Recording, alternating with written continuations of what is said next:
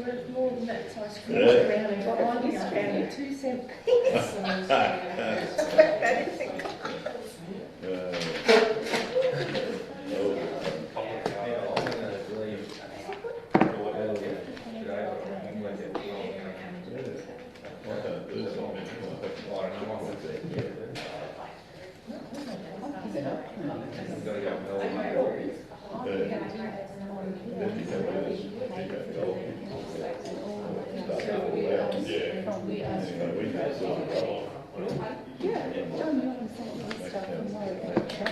All right, good morning to everyone. The time has clicked over at 9 o'clock and I'd like to open the February River Council meeting.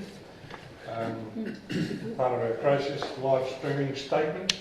The River Council wishes to advise members of the public that council meetings will be recorded and will be available after each meeting on the council's website. All care will be taken to maintain the privacy of those in attendance. However, as a visitor in the public gallery, your presence may be recorded. By remaining in the public gallery, it is assumed your consent is given in the event your image is broadcast. This includes any filming by television cameras if attendance is approved by the General Manager or the Mayor. Acknowledgement of country. I would like to acknowledge that we are here today on the land of the Wamba Wamba Pareppa people. I would also like to acknowledge and pay my respects to past Aboriginal elders, the present Aboriginal and Torres Strait Islander people who reside within this area and their future generations. Item 3 is our statement of purpose. I've come here as a councillor freely and without bias to represent the views of the community in considering the matters before us today, to vote in a matter I consider to be in the best interest of the community, and to observe the code of conduct and respect the rule of the chair and the views of my fellow councillor. Item 4 is apologies. I believe we have a request from Councillor McAllister for a leave of absence. Someone like to move that please? Approved. Councillor McCrabb, seconded by Councillor Fogarty. All those in favour? Aye. Against? Carried. Minutes of the item 6 is confirmation of the minutes of the previous meeting. 2 minutes, isn't it? Yeah, there's 2 sets of minutes there. Yep. 2 sets of minutes, which is the 19th of December and the one in January. 6th of February. 6th of February. Thank you, Councillor. Okay. Would someone like to move those minutes being confirmed? Moved by Councillor McCrabb, seconded by Councillor Betts. All those in favour? Aye. Against? Carried. Disclosure of interest forms. If you have interest that you need to be disclosed, please make sure they get to Linda before the item on the agenda. There's no mayoral minutes. Item 9 is reports of committees. Tidy Towns meeting was held on the 10th of December. The minutes are there. And so for that one, there's actually 2 sets of minutes, one from the 10th of December and one from the 11th of February. So just so the councillors know, I attended the second one as to the Deputy Mayor. And at that February 11 meeting, we discussed with the committee the outcomes of the committee review. And obviously you'll see there's a note as part of the recommendation about to discontinue and cease the operation of that committee. We talked that through with the committee and they were, let's say, quite open to it not being a formal council committee. They said they'd like to continue, meeting and recommending and sending letters to council, I guess, to say what they think can be improved around the town, and we will still provide them some certificates and frames. Belinda's printed a few off, so that they can still do Garden of the Month. But in terms of it being a formal council committee, it would cease. And they were, quite comfortable with that after a bit of discussion. Right, there's a recommendation there, 3 sections to it. Someone like to move that recommendation? Move the recommendation, just with a slight amendment, just for a heading to be on the February minutes. Yeah, for it to be minutes of the... Yeah, that's all. But yeah, look, I think most of the people that were present were, okay with the outcome, and they're quite happy to continue in their role. as a Tiny Towns committee, and will provide council with their minutes. I think they'll continue meeting bi-monthly, and will provide council with a copy of their minutes just to keep us informed. We also did suggest, because one of the things that the Tidy Towns has done, as they note, many of them are keen walkers, and as they're walking around town, they note the things that are happening, particularly in terms of trees and the gardens and the likes. So we suggested, and what they would normally do would make a note of those things and bring them to the attention of the committee. So both the General Manager and myself encourage them to use the recording those things through the front desk so that they can be recorded on our system and appropriate action followed up with them. So they don't slip through the cracks. Yes, yeah. It's moved by Councillor Fogarty, the recommendation, seconded by Councillor Mitko. Any comments? All those in favour? Aye. Against? Carried. 9.2, the minutes of the audit risk committee. I'll move that. Moved by Councillor Crabb, seconded by Councillor Betts. Any comments? Just very positive to have Graham Bradley on that committee now. Yeah, he's all over these sort of things, and it was his first meeting. Disappointing, well, in one way that Sonny had to resign from the committee, but we know why, because she's now employed by us, so we're going to run the committee with one less member for the foreseeable future anyway. So, Graham's certainly a valuable asset to that committee. Any other comments? Moved and seconded. All those in favour? Against? Carried. Item 10.1, Mayor, Councillors and General Manager meetings. So this is just the standard monthly list, councillors, or actually it covers 2 months. So yeah, just if there are any questions, but there's lots of events there that have been attended, which is great to see.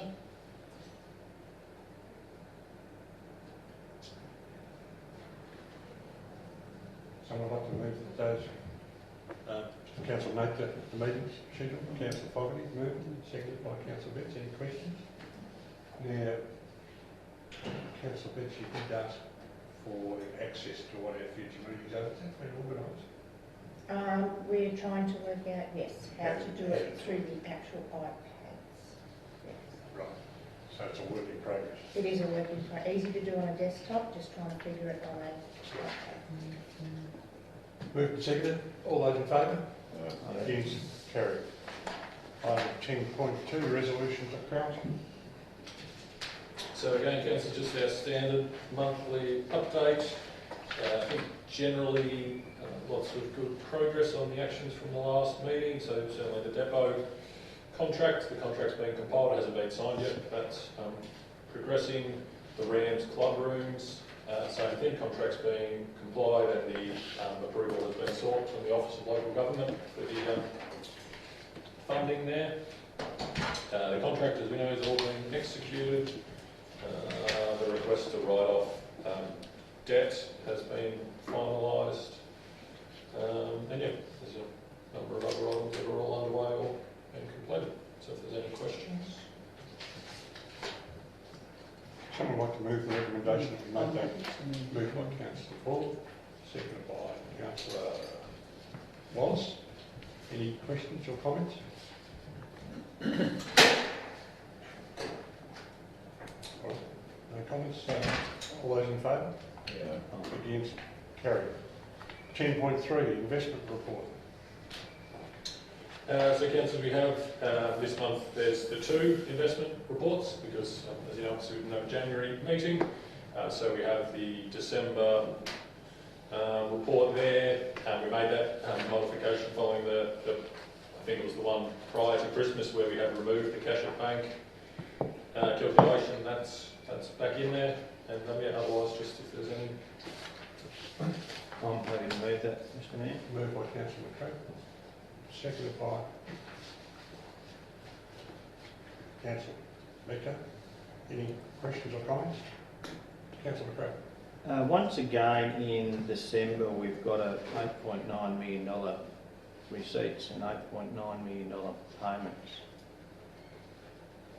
Is this, I think we had there's an issue with accounting previously. We had something like 9 million or 10 million in and out in a month. Yep. I'm not sure if Amanda's... Yes, so what we have done in here is there was a staff error was when we actually processed that one in the accounting integration system, and then it's all about accounting treatment in and out. It doesn't require any attention there. Yeah. Right. Yeah. And yeah, it's a big number, and that's why Yes. and it's not like next month the January No, budget January. is back to where it should be. I just had another question regarding the interest. The year to date, there's year to date and accrued interest.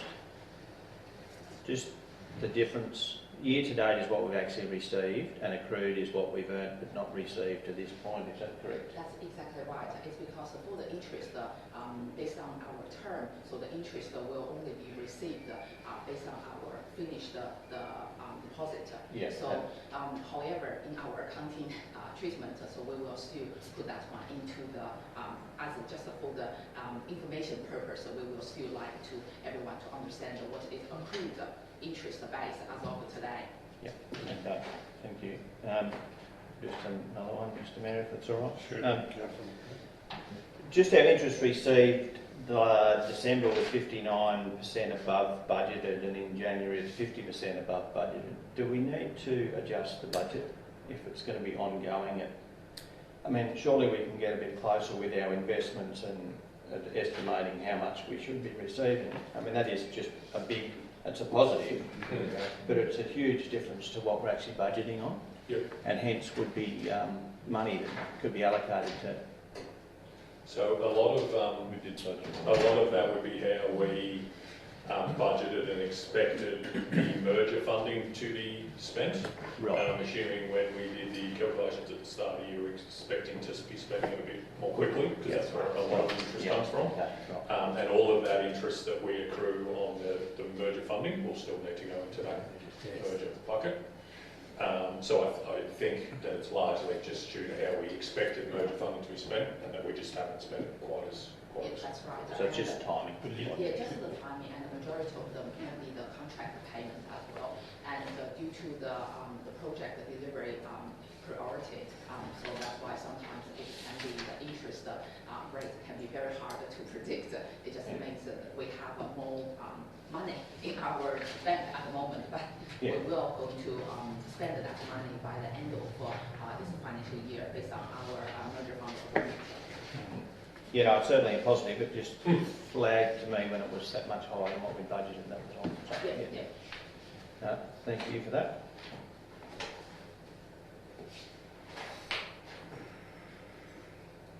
I'm done. Thank you. Any other questions on the report? So we've got the moved and second. Yes, we have. Moved and second. No other comments? All those in favour? Aye. Against?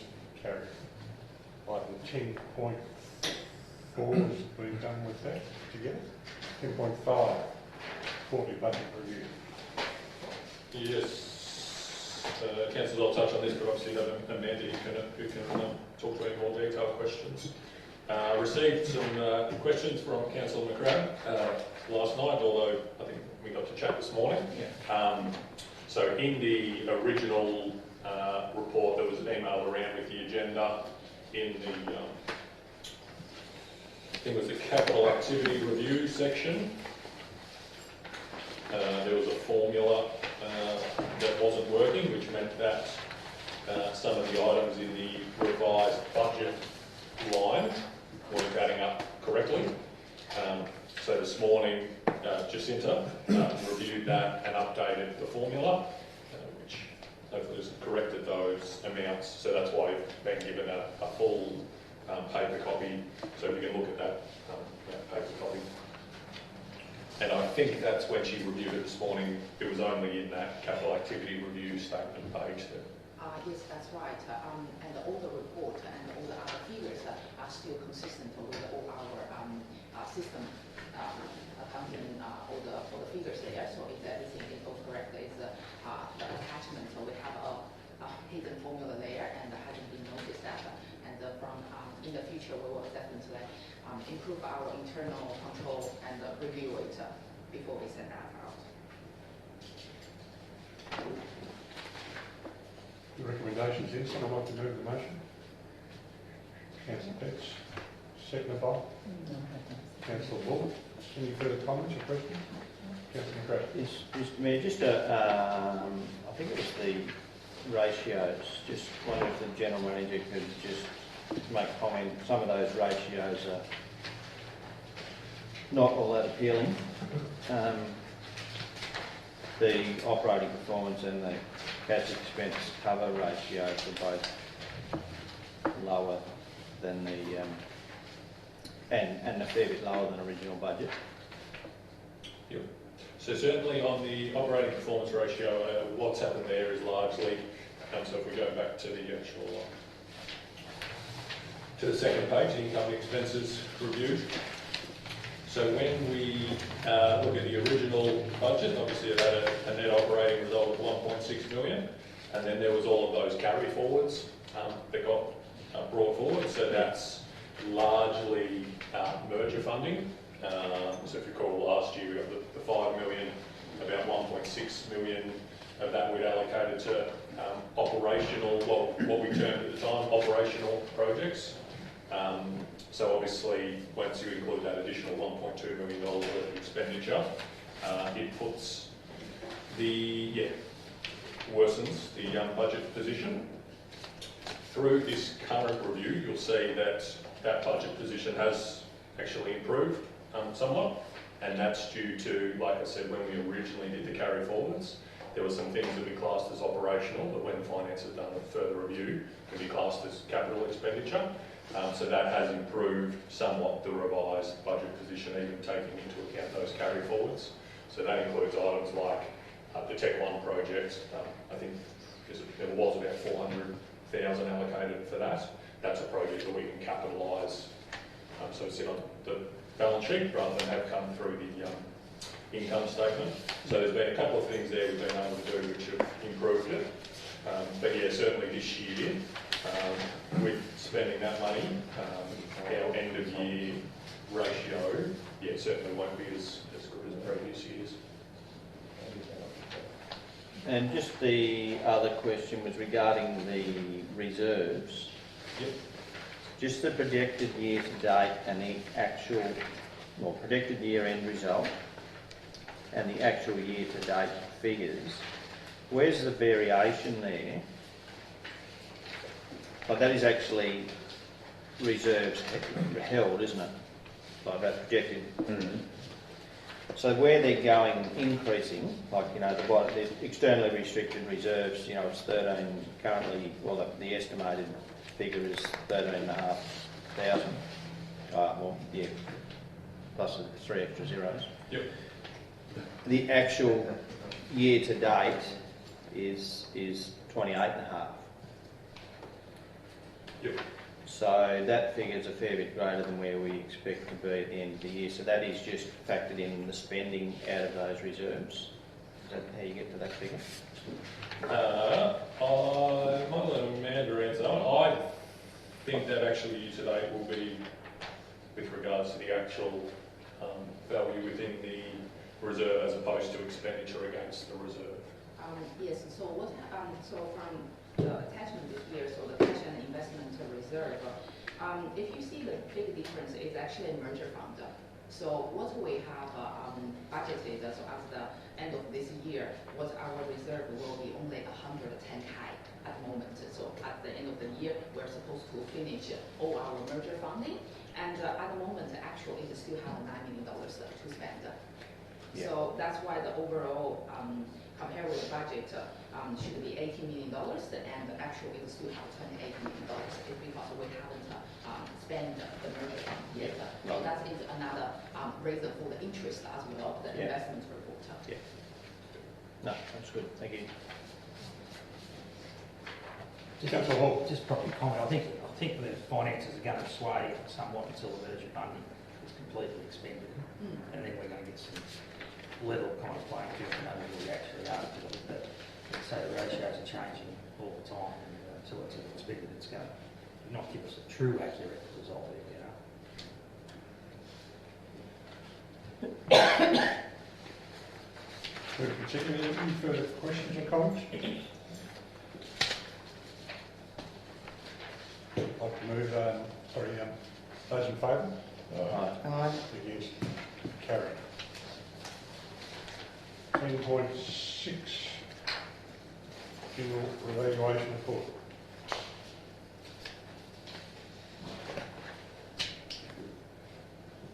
So the next report here, so councillors, this is essentially just the report, we have spoken about this in workshops. This is just giving a bit more information than in a public setting of the actual expected variations from the 2019 land revaluation. So yeah, this is around the, what impacts on our rates revaluation, not the other revaluation item we have on the agenda today. And it just reinforces and shows that significant increase. On page 91 we have the table there. So farming, the variation, obviously it's an increase of 81% across all of our farmland. On Tuesday, the Valuer General or a couple of their staff dropped into the office to get an update off us. Yeah, I should say. They came in and got an update, or updated council staff on where things are at. They've also provided us a map which we can send out, which shows just sort of a theme across. But essentially, you can imagine the theme for farmland is just, yeah, everything's increasing. And their commentary was that it's not just our region, it's the same across the entire state with regards to farmland and the variations across the state. So I'm not sure if Amanda wanted to add anything or if there are any. There's one small error on page 91, the brown column, it should be 290. Not 260.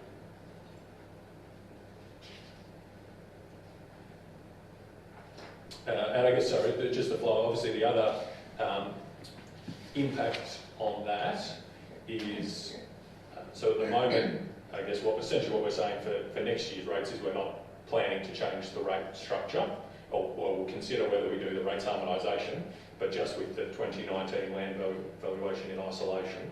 If we don't change our rate structure at all, the ad valorem amounts that we have in place will just change to shift and keep, so we still generate the exact same amount of revenue from farmland, regardless of the valuations going up by 81%. The dollars we collect, apart from the rate cap increase, will still say the exact same. Just some of those calculations change behind the scenes to make that happen. And obviously residential and business across the 3 years, it's largely really just kind of a CPI type increase of 13% and 14%. It's not significant. And I think again, that's fairly consistent across the state. I'm sure in elements of metropolitan there's been larger residential increases, but in rural and residential counts was pretty similar.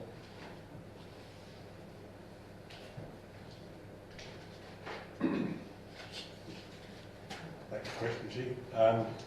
Someone like to move the recommendation with no revaluation report, moved by Councillor Crabbe, seconded by Councillor Hall.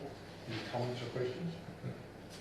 I just think it's a very strong point to make that it's council's part of the pie doesn't increase. And I think that's something I would hope is reported on fairly accurately, that whilst there might be significant values in the agriculture sector, council's actual amount they take in terms of rates doesn't increase, only the rate capping amount. And that's the critical point I think we've got to make, because some individuals may change, but not as the council's revenue won't. The pie doesn't change. No. That's the main thing. Any other questions, comments? Or someone want to move and second it? Yes. All those in favour? Against? Carried. 10.7 is the draft financial sustainability principles policy. So council, so this probably follows on from questions earlier around the quarterly budget review and ongoing financial position. So this is some work we've been doing And I guess a starting point for looking at going forward from here. Clearly, as a merged council, we have had significant amounts of funding, both capital and operational, that have been flowing through the organisation and into the community and achieving amazing results like the stadium and the riverfront work and Scotts Park and a whole variety of projects. And I guess it's about now starting to look forward from that and starting to consider our financial position, and certainly at a general fund level. And this is the same struggle for every single rural regional council in New South Wales, getting that general fund to be sort of, I guess, break even, or ideally having a small surplus each year, is the real challenge for us going ahead. So what we've tried to do here is to think about some principles we can use as a council to work towards trying to achieve that and make sure that we are financially sustainable and able to deliver the great services and assets that the community need. See if there's any questions on the actual detail of the policy. I'll move that. Moved by Councillor McCrevin, second by Councillor Florey. Councillor McCrevin and myself discussed before that at the workshop on page 3 and 4 of the policy. I think it was semantics that I didn't like the word robust business case, because I would rather, I think the discussion was detailed business case. Robust can tick a box and not be fully detailed. So if we're going to try and get this right, we need to have a detailed business case as a guide for it. So in the dot points under asset, service and provision costs, that's the second dot point. Yes. Yep, so it's in a couple of spots there, and then also that top dot point, the use of debt to fund any project loan to be approved whatever a robust business. Well, use in detail. Yep. Instead of robust.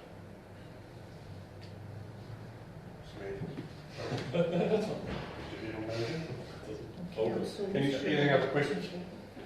Well, it's not a question, Mr Mayor, it's more a comment. I think it's really timely that we've got this, because it really shows that we do need that detailed business case for every new asset, and I think to be included in that business case really needs to be demonstrated what the ongoing maintenance and what expenses council will incur in regards to that asset, because this, our financial position clearly shows that it's challenging, and naturally the more assets that we have, the greater our liabilities will be to maintain and sustain those assets. So I think that's it's very timely and a very astute document. Fully concur. Thanks, Councillor Florey. Any other comments, questions?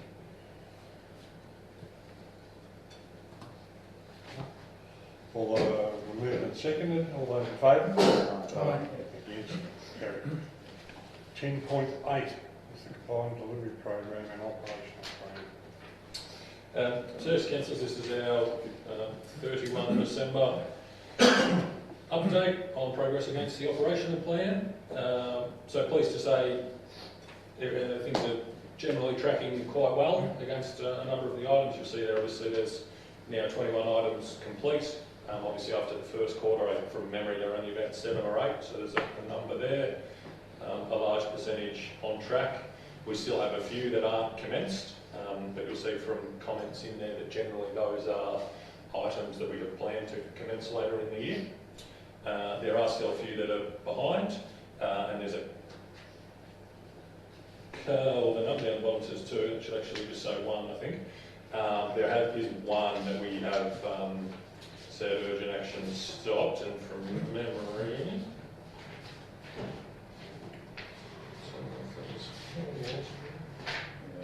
oh no, it's to do, the internal audit.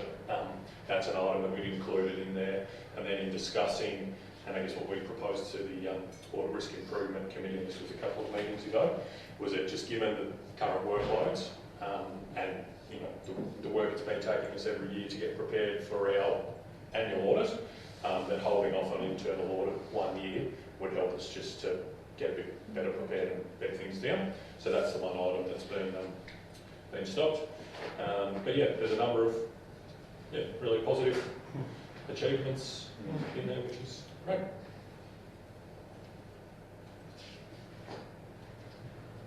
So, if there's any questions or... So the recommendations that we've noted and received are the delivery program and operational plan. Someone like to move that, Councillor Bull, seconded by Councillor Pollock. Questions or comments? Oh, congratulations to the staff. It's a great achievement and a big difference to where we were last year. So congratulations to the staff and to the GM for putting in place the strategies that we did to overcome the challenges that were demonstrated last year. It just reassures that we're making positive steps forward. Yeah, very much so. Any other comments? Moved and seconded. All those in favour? Against? Carried. 10.9, the Australian Blood Government Association Regional Forum. So, councillors, this is an event that's held every year. It's the ELGA conference in Canberra. They come out nice and early with invites, so it's something that, per our council expenses and facilities policy, requires a council resolution for the Mayor and I to attend. The council are supportive. And I've also just mentioned there, if there's any other councillors that did want to attend, certainly we have provision both within the policy and certainly remaining budget available if anyone wanted to attend that event. It runs from the 14th to the 17th of June and is in Canberra. Probably there's something that I thought we discussed this maybe last year, that the relevance of this conference wasn't that strong. And personally speaking, I've been to probably 3 or 4 of them, and I'd probably have to concur that they aren't really what I would think would be absolute necessity for our council to attend. But again, it's up to the Mayor and General Manager, but I'd rather kind of see resources put into the country mayors or something like that, where I think the benefit would be so more with your local content being stronger. But the New South Wales conference is probably different ball game, but I think the national one, it's pretty more broadly based, and there's a lot there that I don't know if we get a lot out of, but it's just the one. Just a comment, I can concur with Councillor Hall in some of the comments, but I do think it does offer the opportunity that while you're there, pretty much most of the ministers are also in Canberra at the same time, and I think it does provide a dual purpose of attending the conference but also having the opportunity to have the ear of the ministers. And I think with what's happening here and at a federal level with changing of ministers, particularly around the water issues and the likes, and the impact of that on our community, that it's probably timely that we're attending this year. I think especially you change the water ministers, one of the key ones here. I've moved the recommendation, Mr Mayor. Thank you, Councillor Watts. We've got a second. Any further, Councillor McCracken, here? Any further discussion? I just think that we will get a list together, and even for the water minister, it might be that the Ramjo group of this region might That go, would be fantastic. might go as As a group. as a block, which I think would add more That would be fabulous. Because it's interesting that where the new water minister comes from is Bundaberg, or north of there. So he's on the wrong side of the range, and not in the basin. And he's a Queenslander, don't hold that against him. So it's interesting dynamics that we've got to new ministers take 12 months before they get their head around anyway. So it's just another year gone, potentially. So here's the opportunity. If he's not going to get down here, which will be strange if he does, but we'll make sure we get him there and have a chat with him. But he was here last week, wasn't he? Yeah, went through this. That's what the paper said. Don't have enough time. Moved and seconded. All those in favour? Right. Yes, carried. 10.10. Next one, council. So this is the draft Tourism Development Plan 2020 to 2022. You might recall this came to council back in November.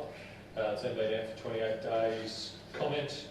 and we received very limited, if any, comment on that document. We also recall that the recommendation in the document, it's also in the council report recommendation, is that we transition from having the committee, the tourism committee, to doing more of these tourism networking or tourism development sessions. So the idea there is to try and broaden out the input we get from tourism operators.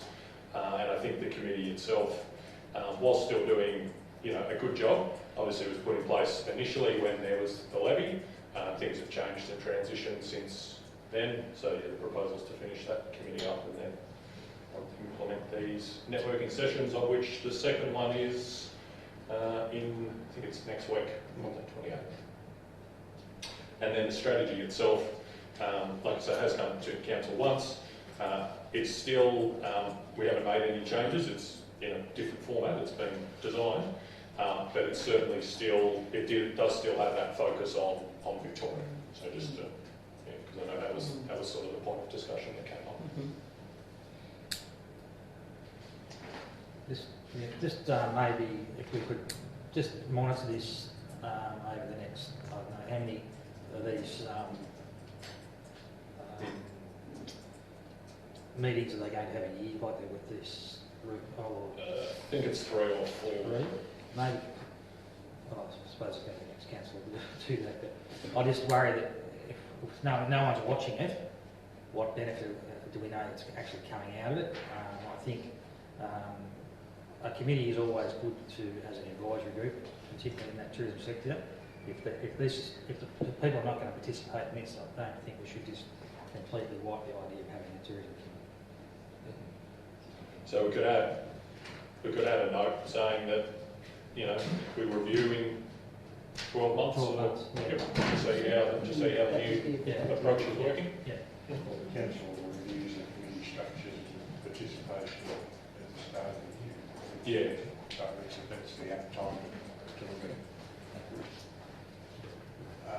Mr Mayor, just one question. The overarching goal states, it's on page 4 of the actual, or page 149, grow overnight visitation of families from regional Victoria.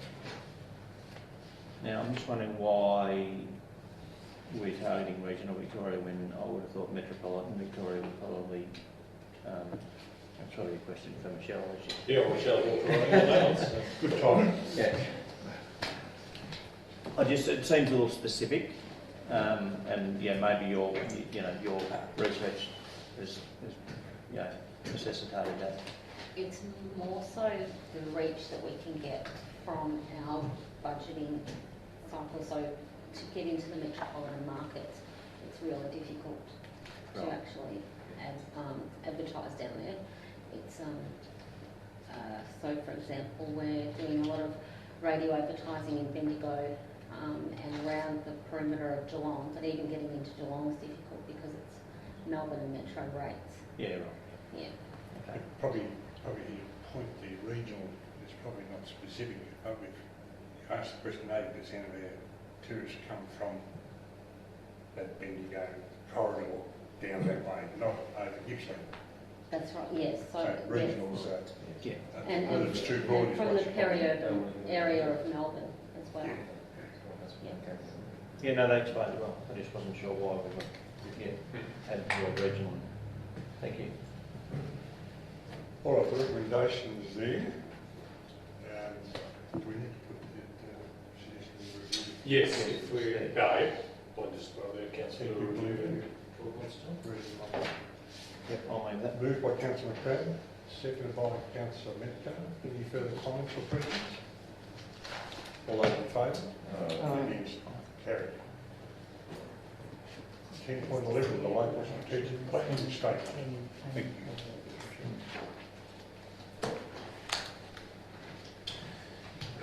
Julie,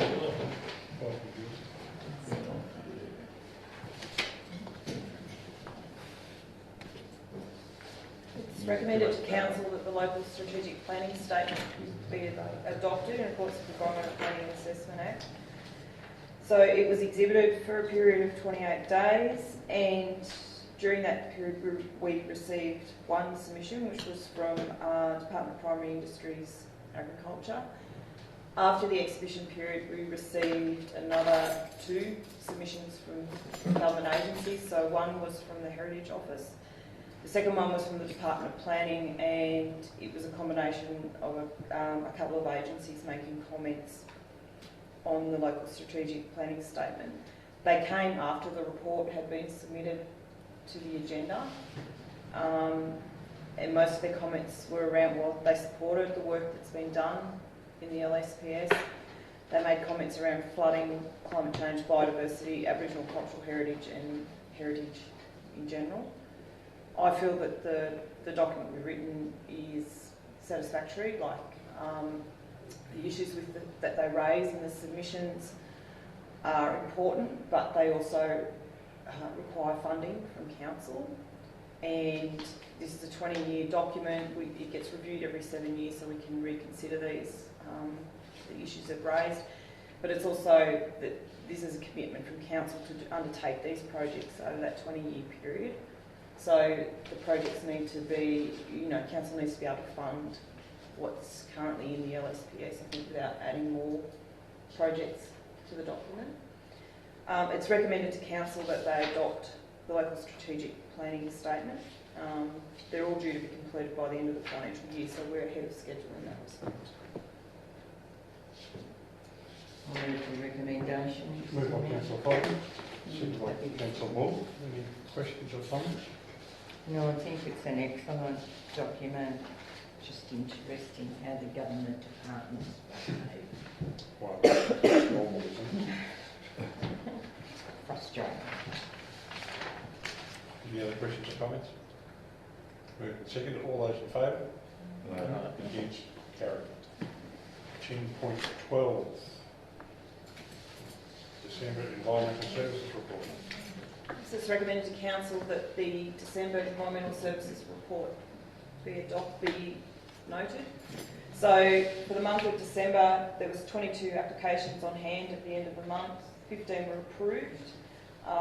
We do have some stats there comparing 2018 and to the 2019 calendar year. So 2019 we approved $20 million worth of development. This is nearly, almost just over double what we approved in 2018. The increase is due to council projects such as the depot, the town hall and the civic precinct. There was no dog tax and no animal fines in December 2019.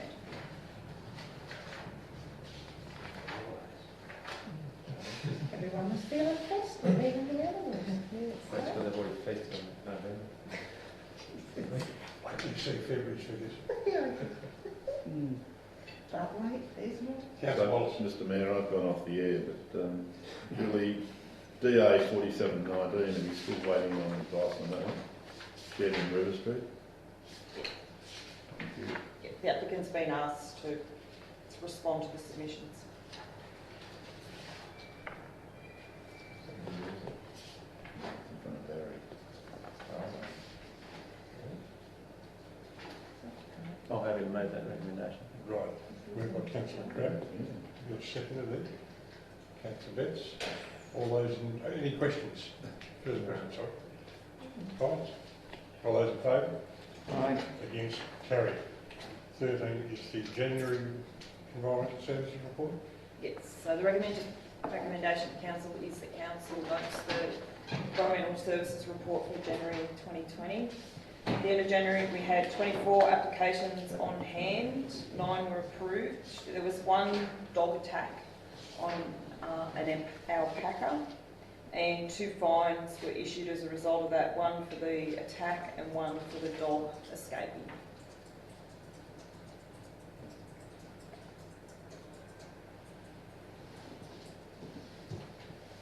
Recommendations, we note the January report. Someone like to move that, please? Move by Councillor Paul, seconded by Councillor Wallace. Any questions, comments? All those in favour? Oh. Aye. Against? Carried. Thank you, 10.14, Major Projects Program, February Progress Report. Thank you, Mr. Mayor. Yeah, just our monthly update in relation to the progress of our major projects programme.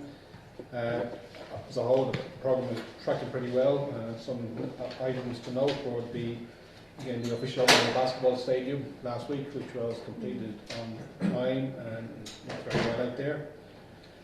Some of the projects that are still slightly behind, the Netball Association, Netball Courts, we are out getting quotations on that at the moment, and we hope to pick up a bit of time getting it completed on time, so we're working hard to complete that. And still working with Netball Victoria to get their okay with the work we're planning on doing, but it is progressing. In the next one, the Town Hall development and Pacific Precinct, it will be done up to tender next week. So once that's out to tender, we have got some feedback back from some of the funding bodies about the request for an extension of time, looking for additional information, which was, has been submitted as well. So again, we are pushing that through, and it will be going to tender next week. We're just working through the last details on the tender documentation this week. Peppering Cafe and Crossing is out to tender and it closes on the 28th of February, so that will get the Crossing Cafe moving and hopefully go to site. I'm sure we'll be bringing a report to council on that. And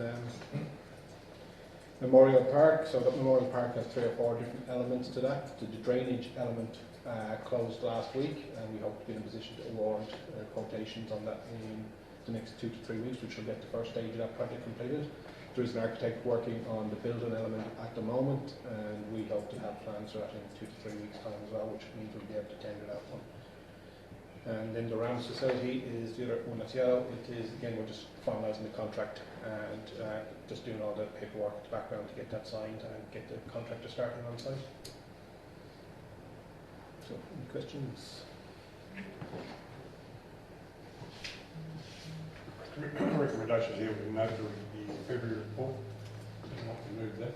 Councillor Betts, seconded by Councillor McCann. Any questions or comments? Very well done, was my comment. To the engineer for a lot of diligent work. Yes. Very great to say that things are tracking as they are.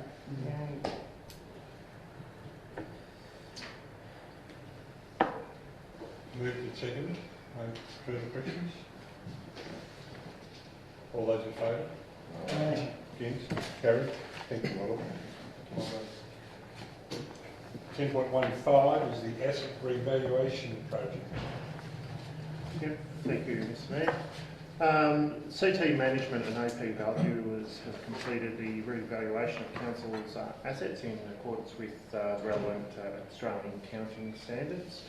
It's been a body of work that staff have brought up to councils through workshops and the Audit Risk and Improvement Committee. The works involve review of council's asset registers to make sure that we've got all our assets accounted for in the revaluation, field inspections to determine the asset conditions, and also comparisons by the valuers with industry standard costs and costs from similar councils to Edward River Council.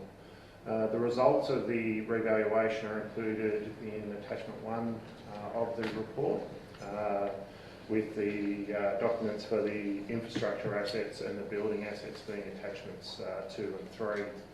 The results, the total asset value for council is $579,661,275.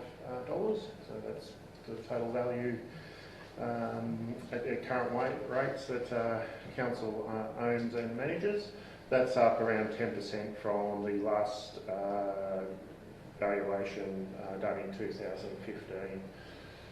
Equates roughly to a 2 to 2.5% increase each year since that time, which is in line with CPI.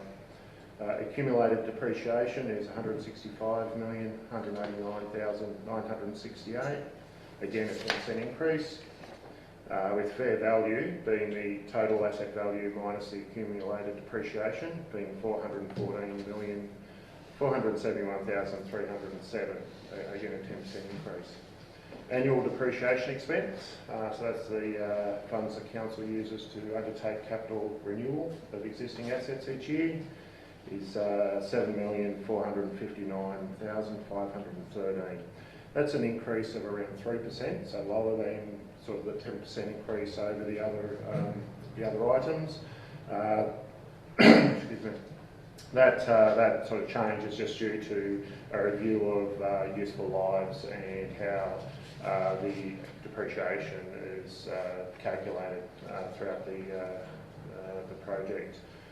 That figure's around 400,000 higher than in 2015, and that will hit council's budget as the amount council spends on asset renewals, capital renewals each year. So that has a sort of real world impact on council's budget, but is lower than that annual 2 to 2.5% increase that is across the other asset values. In terms of fair value, the fair value amount includes asset decrements, so where there's been a reduction in the fair value of the asset. This decrement in asset values needs to be reported in council's annual profit and loss statement. So each time council does a revaluation and with asset classes, and you can't just take it overall, it's just got to be where the asset classes and there is a decrement that comes into profit and loss. Asset increments come into the comprehensive income statement. It sort of sits a little bit after in the statements than the profit and loss. So in the annual statements you'll see an amount there that includes the decrement and that will affect the profit and loss, but then that will, in the subsequent comprehensive income statement, the increases will be shown for the net difference, which is about 35 million, or that 10%.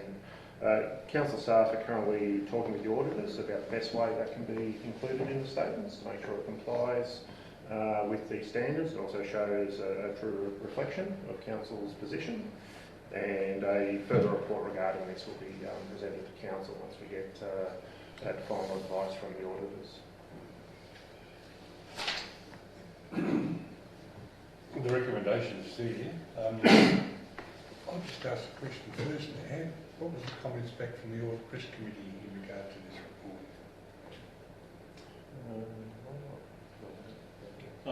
And I mean, the majority, probably the main discussion point was, so Mark was talking about how it impacts on our income statement or balance sheet. And the question came up, so both of the former councils had revaluation reserves. So normally if you have a revaluation reserve, these changes don't actually hit your income statement, so to speak. They just get balanced through that reserve. When the merger happened, those reserves weren't carried forward as revaluation reserves. It all just went into an equity account. So there was some discussion about, was that correct? Were we the only council that kind of got established that way of the merged councils? So we've looked into that, and that was the way that all of the councils were established. And I guess when you think it through, I've been chatting with Peter Ray about it, effectively we're a completely new entity. We did get to carry forward the amounts, but it's not like it was Denny Council and things got added, or Conago and things got added. We're a completely new entity. And when you start a new organisation, you can't just start and say, well, I want to have a $50 million revaluation reserve. So I've looked at other merged councils, and that was the exact same for all of those. So that was probably, Graham sort of brought that up as a question. I think that was the main discussion point. That really came through, but yeah, that's just the way all the councils are established. And now that we do have done all of this work, we will create an asset revaluation reserve. So the $35 million of increased assets will now have a $35 million asset revaluation reserve. So the next time something goes up or down, assuming it's within 35 million, it would sit in there and wouldn't actually any impact on our income statement. Councillor Wallace. So, Mr Mayor, just to refresh my memory, how often do we do this asset revaluation? Thanks, Councillor Wallace. So council will undertake the revaluations every 5 years. That's and staff are coming up with a schedule to do that.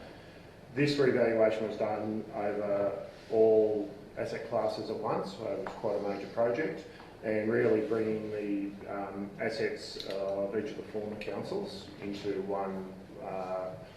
one asset register and one valuation common across all those. Moving forward, staff are looking at having an asset class each year, so having a rolling 5-year program for the revaluations rather than leading it to a time for each. The benefits of that are also, it evens out the work, which is easy to manage. It also, in terms of, especially that annual depreciation expense, rather than having it at a level and then getting a big jump every 5 years, that increase through the annual depreciation expense, which will increase each time because of total values and that increase, that'll be more evened out through that time. So much easier for council to manage that rather than just this big increase every 5 years. Thank you. Five categories. So first is 1 year, is it right? Yeah, we have 6 categories. So there's going to be sort of 1 year that we'll need to do 2 categories. But some of the categories are smaller. Like some go together. Water and sewer go together. Buildings and sort of open space go together. Roads can sit by itself. Right, the recommendations here. Someone like to move the recommendation? Moved by Councillor Falcon, seconded by Councillor Hall. Any further questions or comments? All those in favour? Aye. Against? Carried. Item 10.16, building condition and assessment report. Thank you, Mr Mayor. As part of the asset revaluation project, CT Management undertook a project for the inspections and assessment of all of council buildings. They inspected 259 buildings, as well as what we class as other structures like playgrounds, shelters, structures like that. And there were 348 other structures, so just over 600 structures, buildings and others were inspected. The project provided information on the condition of the structures and the assets based on a condition rating 1 to 10, with 10 being unserviceable. That condition rating broke the assets into sort of subcategories. So it just didn't look at the building, it looked at the substructure, roof, walls, carpets and that. CT Management have noted any defects in the buildings that need to be repaired and indicative timeframes when this work would need to be undertaken, maintenance schedules, especially cyclical maintenance schedules for council to program into forward works, and also capital renewals based on the useful life and condition of the assets. CT Management highlighted approximately $5 million in renewal works over the next 10 years based on their inspections, and that's also based on the current asset base, so the current buildings and other structures, and keeping the same services, same level of service for those buildings. From the asset revaluation project and information, I'm talking about annual depreciation expenses. Each year for buildings, that depreciation expense is approximately $950,000, so that'd be $9.5 million over the 10 years, some $4.5 million more than the $5 million of work that CT Management have highlighted through their inspections. This difference is something that council will need to manage into the future, so because whilst in the short term the anticipated renewal is less than what the depreciation is, in the future as current buildings age and require more work, that renewal expense may be greater than what is obtained through the annual depreciation, requiring reserves to be built up during these times when renewal is less than depreciation, or funding that work from general reserves and borrowings. Thank you. Right. Recommendations here that we adopt the assessment report. Someone like to move the recommendation? Councillor McCrae, second. Councillor Wallace, any questions or comments? Well, just a comment, I think it's very valuable information that slots straight into the long-term financial plans. Just meshes it out very timely. Just putting us in a situation we know where we are. Absolutely, just that awareness is so Yeah, important. so we can plan. Any other questions or comments? Moved and seconded. All those in favour? Right. Carried. Thank you, Mark. 10.17 is the Estates Building Revitalisation time project. Thank you, Mr Mayor. Council considered a report in relation to the Estates Building Revitalisation and Civic Precinct Accommodation Project in October, and as part of that consideration resolved to receive a further report just in relation to how we would deliver the project. So this report is in relation to how we are planning to deliver the project for the Civic Precinct. At the time when all the designs were started, we did design each of the elements as separate proportions. So the Town Hall was looked at as a separate project, the Estates Building was looked at as a separate project, and the Civic Plaza as such is being designed as a separate project, just to give us flexibility and to look at how is the best way to deliver the project. The further we got into the detailed design and how we'd actually physically manage the work, we started to realise there was so many interdependencies about staff accommodation, access, and how we'd actually physically manage the site and be able to deliver them all on time. It was felt that the best way to deliver it would be to come up with a single tender and to look to go to tender to a larger contractor that would be able to work with us very closely to enable that the staff can still work within this building once they start the first phase. Then as they work through the project, they'd be able to move people around, relocate this building out to the depot, and really make sure that we're still functioning as council whilst the development is going on around us. So based on that, the project is due to be tendered next week as a single contract. It is still going out, which each package is separate within the tender documentation, so if there are issues, we will be able to work with the contractor and maybe revise or review the timeframes and how we're doing it as it goes on. Because of the size of the project, we also have set up a fairly strong project governance frameworks where there is a project control group and we meet on an ongoing basis. The general manager leads that group, and then the project manager works very closely with the project control group to make sure that the project is progressing.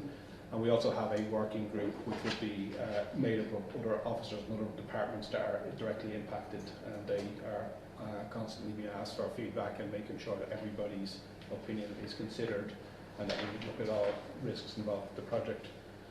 So the report just outlines, also attaches a project timeline and a bit of the governance framework. So the report, the recommendation is that Council endorse the process outlined within the report and endorse the project governance structure, but also to note that there are current funding applications out for stages 3 and 4 for the Town Hall, which we don't have final decisions on yet. But once they come in, if they are, we may have to review some of the decisions that have been made. Good. Recommendations here. Someone like to move the recommendation? Councillor Betts? Yeah. Second by Councillor Wall. Questions or comments or? Councillor Wallace. Mr Mayor, Mr Engineer, they'll have to tender for the whole project? Yes. So do they have to, in the tender document, do they have to stipulate the 3 different sections? 3 units, Mayor, yes. So the bill of quantities, which is the pricing document, is being separated up into what's called separable portions. So each building will have a separate element within the tender documents, so we will be able to separate out. Yeah, good. We've also got it set up to reflect the different phases of the Town Hall project. So if there are issues across the different phases, we will be able to look at it in a fair bit of detail. Very good, thank you. So it does give you flexibility to, which I think is what you would consider. Yeah. Any other questions, comments? Councillor Hall? Probably because of the significance of this project, it's probably going to be our biggest project we're going to deliver in terms of the monetary side of things, but probably the more the public kind of interests. Would it be advisable just to maybe bring out fairly detailed report back from this working group to report back through probably the general manager. It doesn't have to be a month, but at least every second month with an update where we are and how it's going and if there's any hiccups. And so I know that there's going to be budgetary stuff and things, but I just think it'd be good to kind of keep that information flowing, particularly through us to the wider community.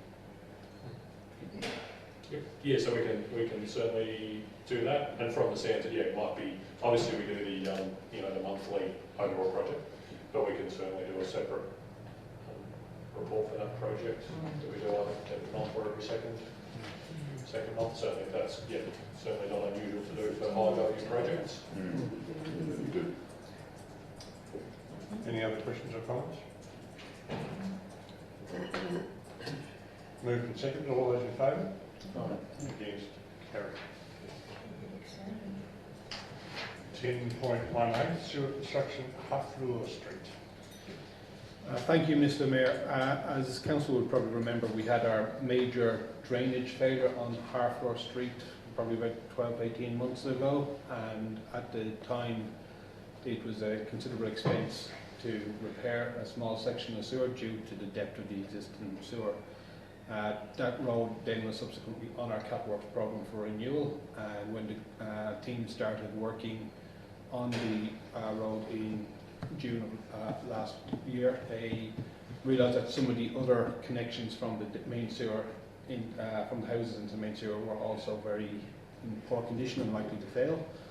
So at the time we weren't comfortable with allowing that happen again because of the cost of actually going down that depth to fix the sewer, but we couldn't actually relocate the sewer because it's part of a major trunk line through and we wouldn't be able to redirect the sewer too easily.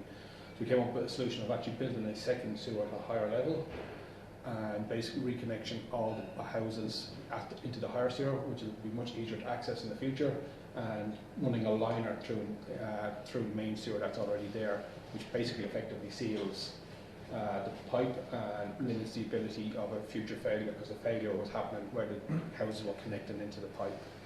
So this report basically is just asking council to note that this emergency works was carried out, and note that the cost of the work to construct the sewer was in the region of $112,000, and ratify the allocation of $112,000 from the sewer telemetry project to offset the cost of construct this sewer.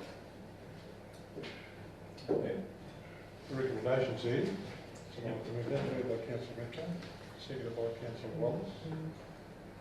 Any questions? Oh, I've got one. So we've got two sewers in Harfleur Street, essentially. Yes. So what's the larger one underneath that you've lined and sealed so it's not leaking? It's got to still flow through? It does, yeah. So it still collects all the upstream sewer and it brings it down to a pump station. So with the new, smaller one, the higher one, does that go into that down the track? Yes. So it connects into the manhole at the intersection with Harfleur and Harland Street. Gotcha. Yeah, right. Any other questions? All those in favour? Against? Carried.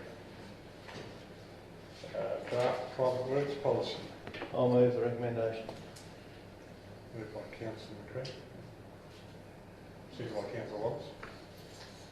Any questions on the policy?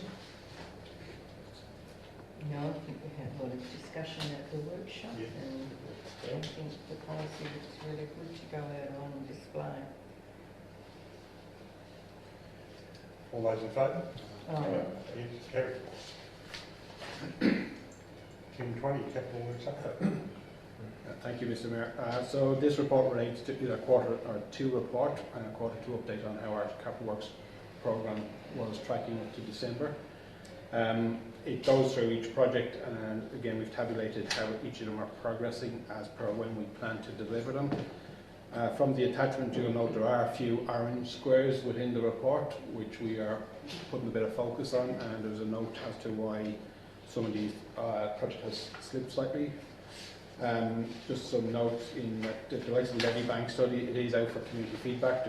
The report was completed, and again it is progressing and it will be completed this financial year. And again, some of the other projects have been progressing well. The intersection of the works of the Cobb Highway to Crusoe development, That work, the additional work that RMS asked us to do is now complete. The asphalt work was done in the last couple of days, and that work is now just some line marking to be done. That work is fully complete.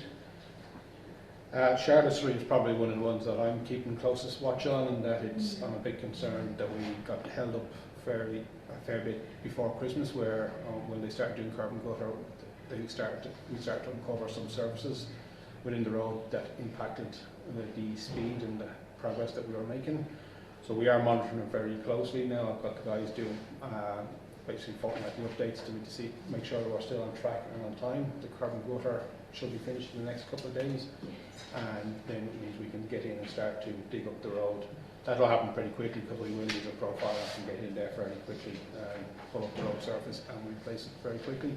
We were also very focused on not having that road completely inaccessible over the busy holiday period, so we did move crews to other areas and did minimal work there during the January and Christmas period. Some of our plant is, again, most of it was on track. That was one area where we had a lot of carryover last year, so we have had a big focus and made sure that our big plant that was due to be built this year was ordered very early in the year to make sure that it came in on time. So the program overall for plant is working well. And another area where we had some big carryovers from last year was sewer and water, so most of our projects are on track. The big project still is our telemetry project, which we're just waiting for the actual signed contract back from the preferred contractor. We're expecting it any day now to get it signed and sealed, but they are already started on the design of the individual locations and the individual sites. They have given us an undertaking. They will have all the physical work done by the end of the financial year, but there will be some commissioning and training required early into next financial year. But again, the actual physical work will be completed. Similarly with the solar panel project for the sewer treatment plant and the water plant, they are going out to tender I think this week, and Ironbark are working very closely with us, and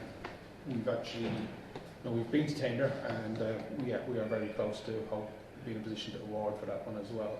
Again, the vast majority of the work will be completed this financial year, but there might be some commissioning and training required early in the new financial year.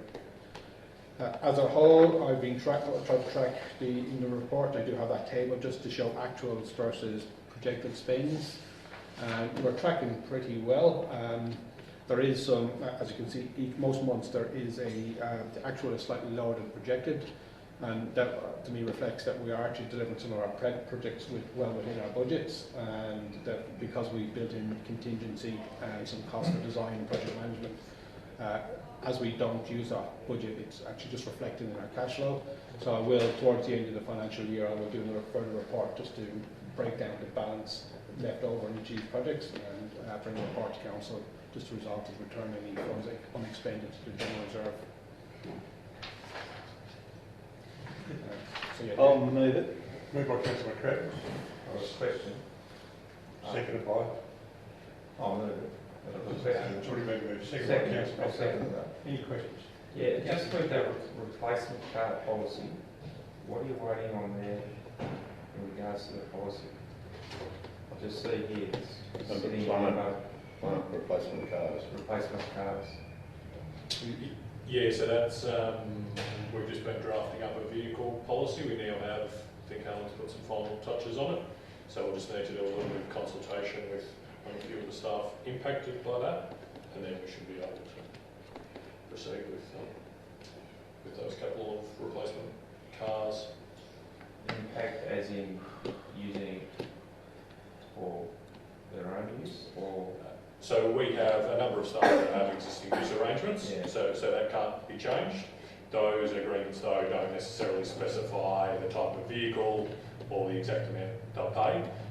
So we've been looking at the policy, probably in line with talking about financial sustainability, and looking at the type of vehicles that we purchase, and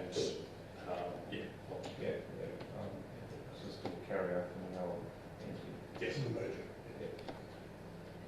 Councillor Mr. Mayor, just looking at the February-March projected spend, I think it would be would be beneficial for council to get a report at the April meeting on how that how that's going. And the other question I had is, do you have an estimate of, or any idea of what sort of carryover we're going to have from this financial into next? I mean, obviously we're aiming for zero to achieve everything. However, looking at the next 2 months are obviously the big spend, which is mainly reseals, which is not, I'm assuming it's mainly reseals. Through you, Mr. Mayor, most of the resales is complete. We do have the extra $500,000 through the R2R still to do, which is going to be done next month. So some of the big projects we do, including this, the likes of Finley Road, Lawson Siphon as well, and that's started next week. So, and then some of the bigger, the likes of Charlotte Street will be completed. Rice Mill Road has just been completed. Macaulay Street. So there's a lot of work started. What you'll generally find early in the year, a lot of the designs take generally the first 6 months, and generally a lot of the bigger work will hit the road early in the new year. We'll also have a lot of the spend until the telemetry will kick in the next 2 months as well, because as the contractors sign, they'll start to buy all the materials. There's probably $300,000 or $400,000 in materials in the telemetry project alone. So again, a lot of this work is about to start hitting the ground. So carryover should be minimal. Yeah, that's the intention. One other question through you, Mr. Mayor. The overspend on gravel roads has seen the Wallura re-sheet go back from 20Ks to 15, and you've stated there that the some projects have come in under budget and the savings are going back into the general reserve. My question is, why don't those savings go to completing the other 5 kilometres on Wallura Road? Mr. Mayor, that's a report I can bring to council. So again, that's something if council want us to consider, I can bring a report to council. Can I add to that, please? Councillor Metcalfe. With the dirt they're going to do for resetting Wallura Road, they're not going to take it out of the Wallura pit, are they? I'll take that question on that. So yeah, I think One claim there. That's a lot. I think the intent with any savings would be that in either might be April, that we bring a report saying this is what we expect, and either give council the choice to either say we put the saving into general fund, or if we want to add something on, assuming we feel like we can deliver it or contract it, then we could take that approach. Yeah, I guess the point I'm trying to make is if we've reduced the road, yes, we've identified a road that needs doing, and we're reducing the length, and we make savings elsewhere, that should be the priority. Yeah. I think the point that you're trying to make, Councillor Webb, also is if there is a change to this infrastructure that we've got, whether it be adding, reducing or changing, the council should be moving. Yep. And it's not just rural, it's No. over the whole landscape. Just That's a all. query. Look, I'm probably going to reiterate. Charlotte Street's a worry to me, because it just seems to me like we have been there a long time. And it's probably really, you kind of look at all the other projects we've got going. I know there's a bit of delay with one, I think at Wood Street, is it? There's a contractual issue there, but the other ones have been seemingly going on fairly smoothly with our contractors. This is one of our projects, which is probably fits with that thing. I know that there's been some issues with service kind of overlays or something like that, or mix-ups, but whether that's a planning issue in our department, that's probably an issue we've got to look at too when we're developing these projects and making sure all these things are accounted for. Because I just think the time delays, particularly there, when we've got all these other ones coming in so quickly, and particularly curb and guttering, we're just there all the time, and I think people are going to say, well, what do you guys do when this one's completed? Should we be doing this one, and maybe looking at private contractors to do it quickly and efficiently, and our guys could be doing something better in terms of other works that are needed, probably more focus on that type of thing. It's just, high traffic. Sorry? Use, it's a high traffic. Well, you're blocking the hospital, your police station, it is a high traffic use area, and I think it's got to be prioritised as a high finished project. I know we've got issues with Christmas, and you've got that only emphasises the Queen's Beak's been so busy, but I don't know how many months we've been there, but it's quite significant.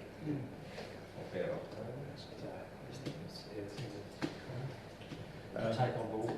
Yes. There's very little I can add to that. I don't disagree with you, Councillor Hall, and we are taking steps to make sure that that type of thing doesn't happen again in the future. Councillor McGregor. Just for the minute take of the April meeting, we would request a report on the February-March spend. Sorry.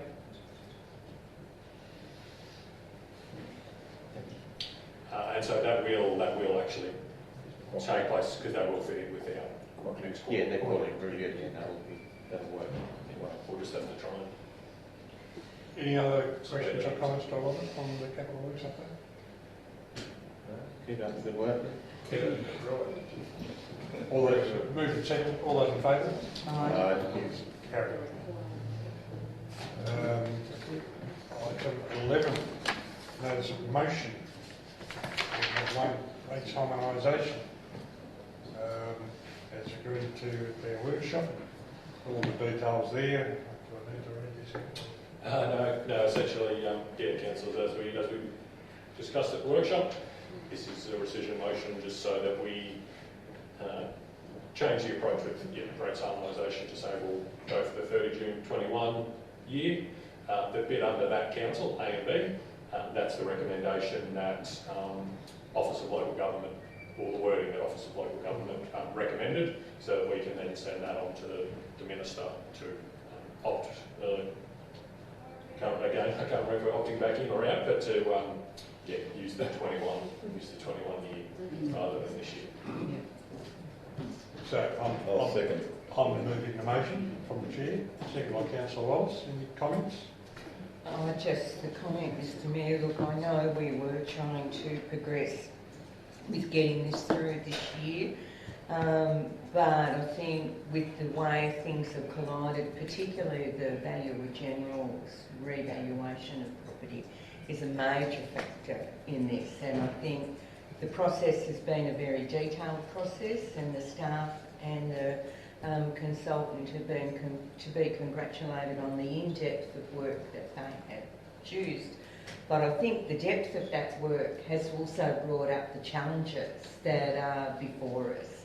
And, I think the work that we did in one particular area really highlighted how those issues, similar issues, are going to arise in each of the categories, and it's something that needs a lot of discussion and a lot of work to get the best benefit for the community overall.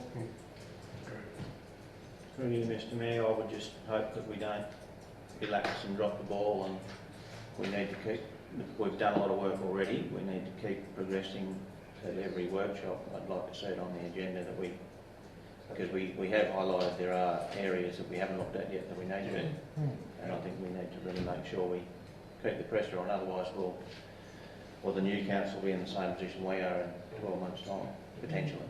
I think the increased time makes it essential that you don't drop the ball. That's right. That's right. Yeah. And so, councillors, certainly my understanding is, and I've put it there as B, received an updated community engagement plan, but is that we're still working towards having the structure, I guess, set or agreed to with this council by September. So certainly we'll still be, as Councillor McCrabb said, working on it at a couple of workshops, and then we'll do some engagement and have a finalised report saying this is the proposed rate structure, and we'll have that done by September so that it is completed and ready for the new council to then implement. That's good. Councillor Hall. I think it's a sensible approach, and I think it's for the community. Like with all the work we do on it, we can present to a new council with a recommendation. The consultation part of it with the community would be ongoing, so they would be coming along in terms of the information provided to them. It won't be just all rushed in by June, and clearly that wouldn't give them a true and accurate picture of where we would be. But if we can take our time and do our due diligence more in terms of the other structures that we're looking at, I think it's good for everybody to understand the whole process of the rate harmonisation in all the categories, just not one particular one that they're looking at. So I think that's a positive. And I think then we can go to the public with a full understanding of where we are and where we're going, and I think it'll be a lot easier to sell it to them in terms of the final approach. Any other comments? Moved and seconded. All those in favour? Right. Yes, carried. That concludes all items on the agenda. Close council meeting, and thank you very much for your participation. Right, Cameron, thank you. Anything else?